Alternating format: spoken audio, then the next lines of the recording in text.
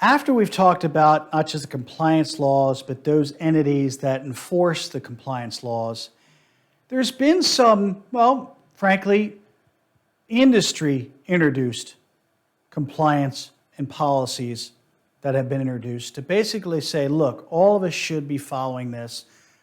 This follows compliance from the federal government.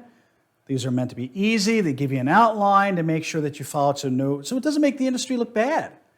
And one of those items is a fiduciary compliance. That's really anything who has trusted or holds someone's assets. That assets could really be a lot of things.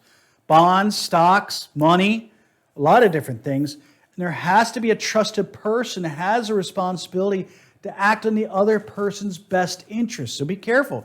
So I think of my estate planner. You know, he could be doing some things with my money that benefit him instead of me. And sadly, that's happened, not to me, but it has happened before. That's why they have this. So they refer to that relationship of trust like an attorney and a client, a CEO with the board of directors, stakeholders in their board of directors. A fiduciary is supposed to take extra steps of due diligence, takes time to ID the risks, due care, takes time to prevent any type of risk as best as they can.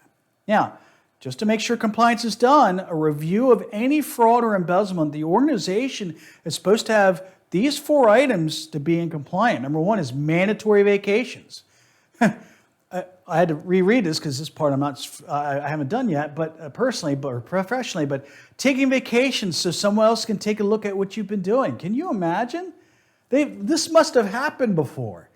So you leave so they can just kind of oversee what you've been doing. Job rotation, separation of duties. We talked about segregation before. And then acceptable use policies for whatever they're doing on the equipment that they have. So all of these things have to be incorporated to be in compliant with this particular set of fiduciary policies and compliance.